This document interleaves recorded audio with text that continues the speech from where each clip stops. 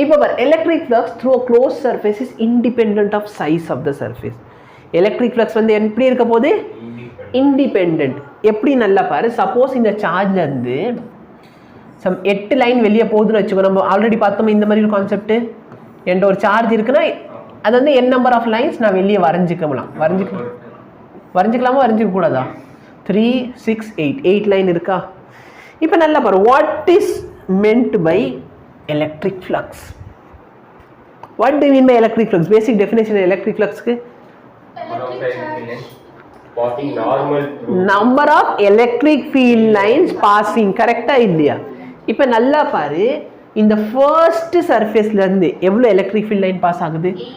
1 2 3 4 5 6 7 8 amava illaya? second box la irundhu evlo pass agudhu? 1 2 3 4 5 6 7 8. அப்போ நல்லா பாருங்க, எலக்ட்ரிக் ஃபீல்ட் லைன்ஸ் சேமாக இருக்கா இல்லையா? இதே வந்து நார்மல் வந்துட்டு ஃப்ளக்ஸு கேட்குறோம், நீ என்ன பண்ணுவ? E.dA போடுவ. கரெக்டாக இல்லையா? இப்போ லெட் மீ சே இந்த டிஸ்டன்ஸ், ஓகேவா? இது உனக்கு சால்வ் பண்ணி காமிச்சிடுறேன். இப்போ இந்த ரேடியஸ் வந்து சம் ஸ்மால் ஆர்னு வச்சுக்கோ, புரியுதா? இந்த ரேடியஸ் வந்து சம் கேபிட்டல் ஆர்னு வச்சுக்கோ. இப்போ என்ன கேட்குற? ஃப்ளக்ஸு கேட்குற. இந்த ஃபர்ஸ்ட் ஸ்பியர்லேருந்து வர ஃப்ளக்ஸ் எவ்வளோ சார் இருக்கும்? ஃப்ளக்ஸோட ஃபார்முலா என்ன? E/πr². கரெக்டாக? நல்லா பாரு. சாரி ஆக்சுவலாக அந்த E வந்து 1/4π அப்படின்னு யோசிச்சுக்கிட்டு இருந்தோம். No problem. இப்போ நல்லா பாரு, E இன்டூ ஏரியா. இப்போ இங்கே தான் என்கிட்ட ஒரு சார்ஜ் இருக்குன்னு வச்சுக்கோ, சார்ஜோட அலி சம் க்யூன்னு வச்சுக்கோமே. அப்போ இந்த சார்ஜால் இங்கே இருக்கிற எலக்ட்ரிக் ஃபீல்டு ஃபார்முலா என்ன? K. கரெக்டா? சார்ஜ் வந்து Q, டிஸ்டன்ஸ் எவ்வளோ? கரெக்டா? Any difficulty? Into area. Area formula என்ன மேடம்? இது வந்து சர்க்கிள் கிடையாது, 4πr². இது ஸ்பியர், 4πr². இந்த கேக்கு பதிலாக நான் என்ன சப்ஸ்டியூட் பண்ணலாம்?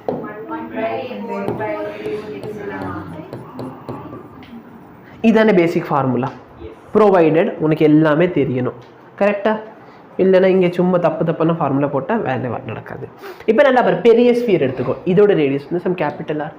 இப்போ உனக்கு பேசிக்கலி என்ன தோணும்? தூரமாக போகிறப்போ எலக்ட்ரிக் ஃபீல்டு என்ன ஆகும்? கம்மியாகும். அப்போ எலக்ட்ரிக் ஃபீல்டு கம்மியாச்சுன்னா ஃப்ளக்ஸ் என்ன ஆகும்? தூரமாக போகிறப்ப ஏரியா என்ன ஆகும்? அப்போ ஃப்ளக்ஸ் என்ன ஆகும்? அதிகமாகும். ஆமாம் madam, πr² madam.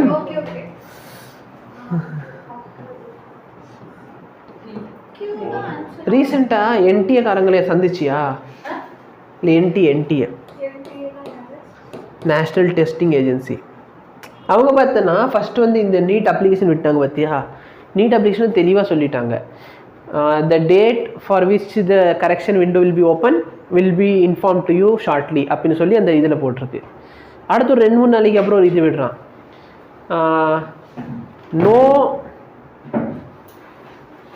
No correction date will be allotted, you do everything properly அப்படின்னு சொல்லி முடிச்சிட்டேன். அதான் no correction date will be allotted, kindly enter all your inputs properly. First 2 நாளைக்கு முன்னாடி தான் சொன்னான். அதாவது பொதுவாக என்னென்னா, இந்த பசங்கள்கிட்ட வந்து அப்போதைக்கு பார்த்துன்னு வச்சுக்கோ, ஏதாச்சும் சர்டிஃபிகேட் இல்லாமல் இருக்கலாம், சரி அப்படி நீ அப்ளை பண்ணும். அப்போ நீ என்ன பண்ணுவ? அவசரத்துலேருந்து எதாவது மிஸ்டேக் பண்ணுவேன். அப்போ அந்த மாதிரி மிஸ்டேக்ஸ் எல்லாத்தையும் சரி பண்ணுறதுக்கு பார்த்தோன்னா ஒரு 2-3 நாள் டைம் கொடுப்பாங்க. அந்த இடத்துல கரெக்ஷன் விண்டோ ஓப்பன் பண்ணுவோம் ஒரு குறிப்பிட்ட டைமுக்கு அப்புறம். அப்போ என்ன சொன்னால், நாங்கள் கரெக்ஷன் விண்டோக்கான டேட் அப்புறமே சொல்லுவோம். 2 நாளைக்கு அப்புறம் நான் கரெக்ஷன் விண்டோ திறக்கவே மாட்டேன், நீ வந்து தெளிவாக டைப் பண்ணிக்கோ அப்படின்னு சொல்லி முடிக்கும். அதான் யோசிச்சேன், திவ்யா வந்து ப்ராடக்ட் எங்கேயோ கொடுத்துட்டு வந்துட்டான்ட்டு.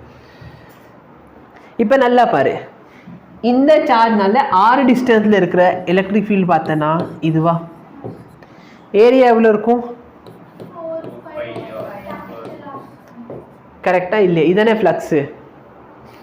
இது ரெண்டுமே சேம். இதோட வேல்யூ எவ்வளோ தெரியுமா? ஏன்னா டோட்டல் சார்ஜ் எவ்வளோ வச்சோம்? Qவா? செக் பண்ணி பாரு. சார்ஜ் சேமா? Q/ε0. சார்ஜ் சேமா? Epsilon constant madam. அதுக்கு எங்கே கேன்சல் பண்ண சொல்கிறேன் நீ? எது இந்த எப்சிலன் அந்த எப்சிலன் கேன்சல் பண்ண சொல்றியா? ரொம்ப ஹை எஃபெக்ட்ல தான் போடுறா. புரியுதா?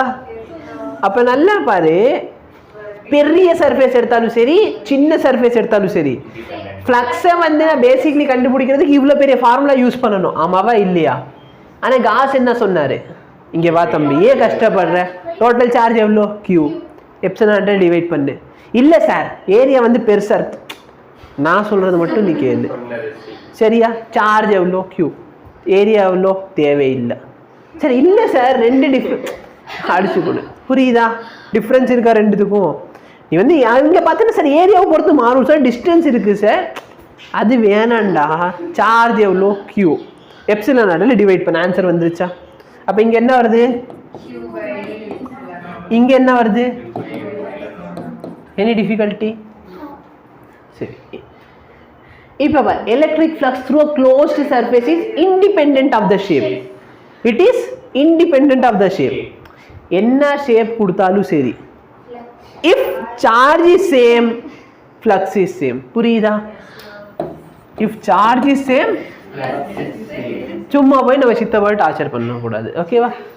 காஸ் வந்து சித்தப்பா, மாமா வந்து ஃபேரடே. சரியா?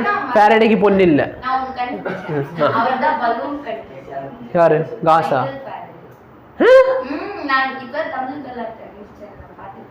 தமிழ் கலாட்டால ஒரு சேனல், அதில் அவங்க சயின்ஸ் ஃபேக்ட்லாம போடுவாங்க தமிழ் கலாட்டா. காசு ஃபேரடே வந்து எனக்கு எப்படிங்க தெரியும் அவங்க. சரியா? அவ ஃப்ளக்ஸ் பார்த்தேன்னா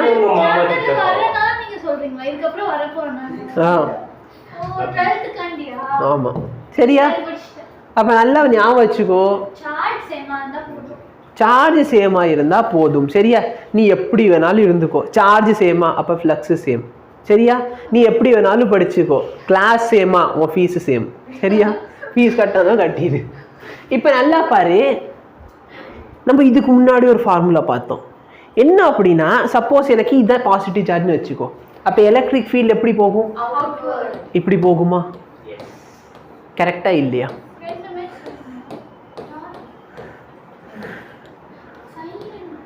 இப்படி உட்காந்து ஃபர்ஸ்ட் நம்ம இதை வரையும். கரெக்டா?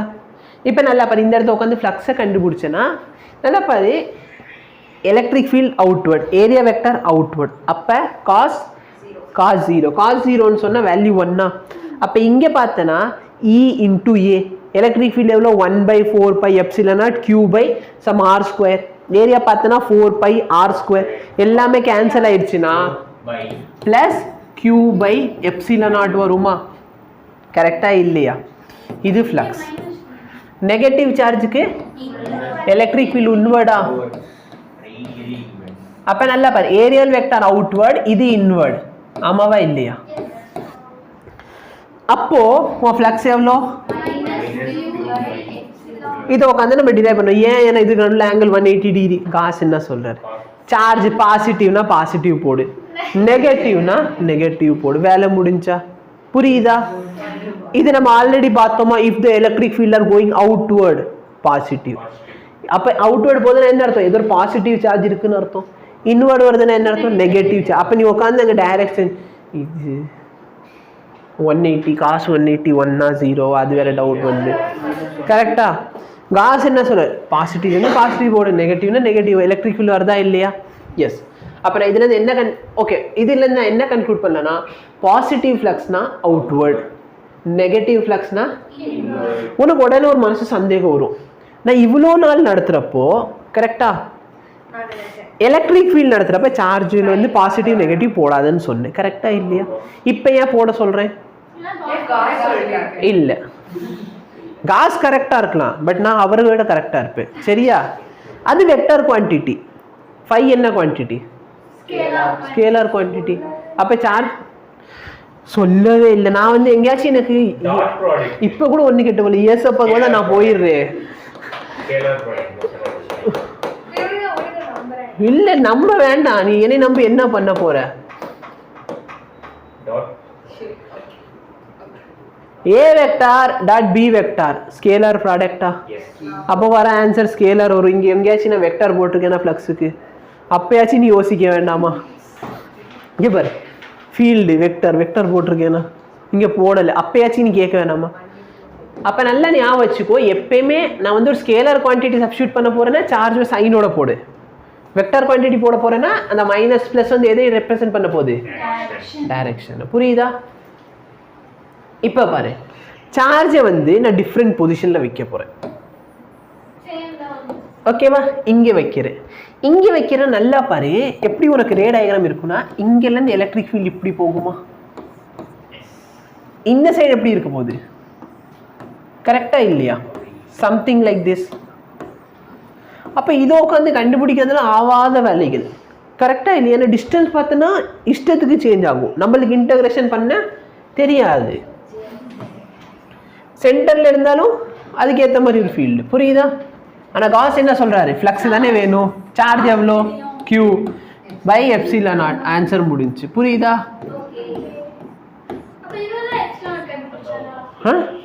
எப்சிலான் யார் கண்டுபிடிச்சா தெரியல. பெர்மிட்டிவிட்டி.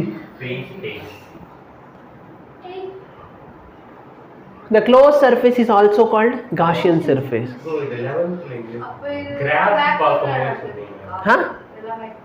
வேக்யூம்ல நடக்கிறதால தான் எக்ஸ்பிலன் நாட் போடுறேன்.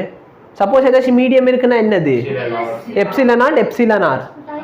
அப்பயும் காஸ் வந்து சார்ஜ் அவ்வளோதாங்க, பட் அதோட எஃபெக்ட் வந்து யாரோ வந்து கம்மி பண்ணிட்டான். அப்போ நீ அதுக்கேற்ற மாதிரி பார்த்துக்கோ. புரியுதா? இப்போ இந்த காஸில் எப்படி அப்ளை பண்ணணும் அப்படின்னா, நல்லா பாரு, சப்போஸ் ஒரு சார்ஜ் இருக்குன்னு வச்சுக்கோ, அந்த சார்ஜை சுற்றி ஒரு சிமெட்ரிக்கல் டயக்ராம் ட்ரா பண்ணு. என்ன பண்ணு? ஒரு சிமெட்ரிக்கல் டயக்ராம் ட்ரா பண்ணு. ஃபார் எக்ஸாம்பிள், என்கிட்ட ஒரே ஒரு பாயிண்ட் சார்ஜ் இருக்குன்னு வச்சுக்கலாம். இந்த ஒரு பாயிண்ட் சார்ஜ்லேருந்து எலக்ட்ரிக் ஃபீல்டு எப்படி வரும்? இப்படி வரும். கரெக்டா? புரியுதா? அப்போ இதுக்கு சிமெட்ரி வந்து எந்த ஷேப் சிமெட்ரிக்கலாக இருக்கும்? இதுக்கு ஸ்பெரிக்கல் ஷேப் தான் சிமெட்ரிக்காக இருக்கும். ஆமாவா இல்லையா? புரியுதா? அப்போ ஒரு சிங்கிள் சார்ஜோட சிமெட்ரிக்கல் ஷேப் எது? ஸ்பியர். சப்போஸ் என்கிட்ட இப்படி இருக்கு சார்ஜ். ஓகேவா? அப்போ இதுக்கு வந்து சிலிண்டர். சரி, நல்லா பாரு, ஒரு சப்போஸ் என்கிட்ட ஒரு டியூப்லைட் பல்ப் இருக்குன்னு வச்சுக்கோங்க. கோயிலில் போய் நான் பிடிச்சி நிற்கிறேன் பல்பு. லைட் வந்து எப்படி யூனிஃபார்மாக டிஸ்ட்ரிபியூட் ஆகும்? சிலிண்ட்ரிக்கல் ஷேப்பில் யூனிஃபார்ம். சரி, ஒன்றும் இல்லை, இதுலேருந்து ஈக்குவல் டிஸ்டன்ஸில் பார்த்தோன்னா இப்படி இருக்குமா? கரெக்டாக இல்லையா? ஏன்னா நடுவில் இருக்காது. ஏன்? ஏன்னா இவனும் அவனும் வந்து சண்டை போட்டு கேன்சல் பண்ணுவானா? அப்போ இப்படி தான் உனக்கு எலக்ட்ரிக் ஃபீல்ட் லைன்ஸ் இருக்க போகுது. புரியுதா? Any difficulty? அப்போ ஒரு லீனியர் சார்ஜேஷனுக்கு இப்படி இருக்கும். சப்போஸ் என்கிட்ட இப்படி சார்ஜ் வந்து ஒரு ஷீட்டு ஃபுல்லாக சார்ஜ் இருக்குன்னு வச்சுக்கோங்க. அது பார்த்தோன்னா உனக்கு ஆல்மோஸ்ட் ஒரு பேரலல் லைனாக கொடுக்குமா? நம்ம இது முன்னாடியே பார்த்தோம், ஞாபகம் இருக்கா? இந்த சைடு சரி, ஃபீல்ட் லைன் பார்த்தோமா? சப்போஸ் எனக்கு பேரலல் ஃபீல்ட் லைன் வருதுன்னு அதுக்கு காரணம் யாரு? ஏகப்பட்ட பாசிட்டிவ் சார்ஜஸா? ஸோ அது வந்து இதுக்கு சரியா? ஸோ அது வந்து தின் ஷீட். நம்ம அப்புறமேல பார்ப்போம் இதை பற்றி இன்டெப்தா. இப்போ நல்லா பாரு, இந்த கொஸ்டின் நம்ம உட்காந்து சால்வ் பண்ணணும். ஞாபகம் இருக்கா?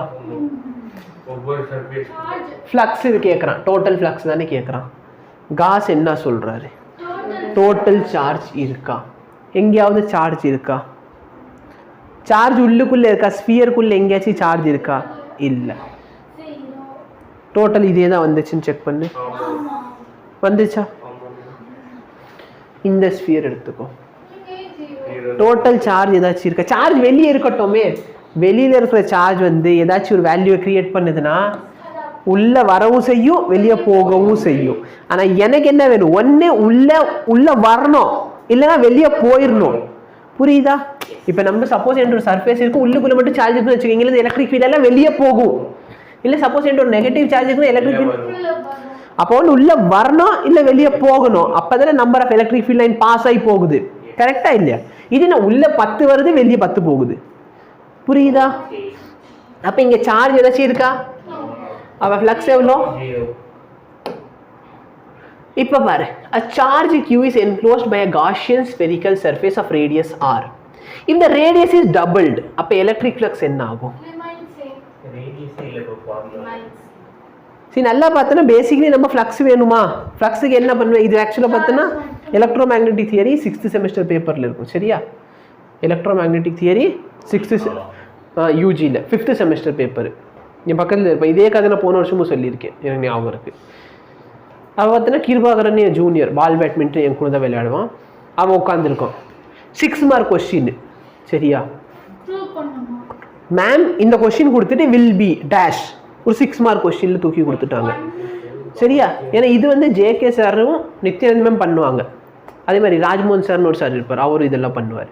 என்ன அப்படின்னா அவங்களுக்கு தேவை வந்து ஸ்டூடெண்ட்ஸுக்கு கான்செப்ட் புரியுதா, அப்போ கரெக்டாக அந்த வார்த்தை இருந்தால் போதும், அதுக்கு மார்க் போடுவாங்க. சரியா, நீ எக்ஸ்பிளைன் கதை உட்காந்து எழுதியிருக்காங்க தேவையில்லை. கிருபாகரன் என் பக்கத்தில் இருக்கான். நான் வந்து சொல்கிறான், ப்ரோ இதுக்கு ஆன்சர் என்ன ப்ரோ, 6 மார்க் கொஸ்டின். சரியா, அவன் வந்து சரி நான் வந்து என்ன பண்ணேன், நான் மேத்தமெட்டிக்கல் ஃபிசிக்ஸ் எழுதிக்கிட்டு இருக்கேன். அவன் என்ன எக்ஸ்பெக்ட் பண்ணா, நான் இப்படி ஒரு பக்கமாக மேத்தமெட்டிக்ஸ் ஃபிசிக்ஸ் டெரிவேஷன் எழுதுறேன், அதே மாதிரி அவனுக்கும் நான் ஏதாச்சும் ஒரு பக்கம் ஃபுல்லாக எழுதி காட்டுவேன் நினச்சேன். நான் என்ன பண்ணேன், கொஸ்டினை பார்த்து இந்த இதில் வந்து ரிமைன் சேம் கான்ஸ்டன்ட் அப்படின்னு எழுதி கொடுத்துட்டு அவன் உட்காந்துருக்கான். சரி விடு, ஒரு வேளை நான் எழுதிட்டு முடிச்சுட்டு அவனுக்கு ஆன்சர் சொல்லி கொடுப்பேன் அப்படின்ட்டு அவன் உட்காந்துக்கிட்டு இருக்கான். நான் என்னடா அப்படின்றேன், சொல்ல அபி 6 மார்க் அபி அப்படின்றேன். அதான்டா கான்ஸ்டன்ட்டா அப்படி. சரி கான்ஸ்டன்ட் ஓகே, என்ன ரீசன் எழுதுறது. நான் வேற காஸ் சித்தப்பா இருக்கார்ல, அவர் என்ன சொன்னார், சார்ஜ் சேமா அப்போ ஃப்ளக்ஸு சேம். அப்படி விளையாடாது அப்படி 6 மார்க் கொஸ்டின் வச்சுட்டு உட்காந்துருக்கேன். காஸ் சித்தப்பா வரந்தா பெரியப்பா இருந்தது. நான் சொல்றது கேளுடா. சரியா, நான் சொல்றது கேளு. என்ன சித்தப்பா என்ன சொல்லியிருக்காங்க, சார்ஜ் சேமா அப்போ ஃப்ளக்ஸ் என்னவா இருக்கும், அப்படி ஏரியா சித்தப்பா அதை பற்றி பேசலை. சரியா, கடைசி வரைக்கும் நம்பவே இல்லை. கடைசியில் வந்து அவன் இது மட்டும் போடுன்னு கொடுப்பாங்க மேம். இல்லை அவனுக்கு இதோட டெரிவேஷன் வேணும் எழுதுன கடைசியில், அதுக்கு 6 மார்க் வந்து. அப்பி நீ சொல்கிற மாதிரி தான் அபி, என்னமோ எப்படா மேம்கிட்ட கேட்டு வச்சிருந்தேன் ஆன்சரு. காஸ் சித்தப்பா சொன்னார். எனக்கு அந்த ஆன்சர் எப்படி தெரியும், அதுக்கு முன்னாடி வருஷம் நானும் அதே ஆன்சர் எழுதியிருக்கேன்ல. சரி, இப்போ நல்லா பாரு, உனக்கு அதுக்கு டெரிவேஷன் வேணும்னா இ இன்டூ ஏவா. அப்போ நல்லா பாரு, சப்போஸ் வந்து 6 டிஸ்டன்ஸ் தூரத்தில் இருந்துச்சுன்னா அப்போ எலக்ட்ரிக் ஃபீல்டு என்ன, 1/4πε0 Q/r². கரெக்டா, ஏரியா எவ்வளோ, πr². கரெக்டா. இப்போ நெக்ஸ்ட் டைம் என்ன ஆகுது, ரேடியஸ் வந்து டபுள்.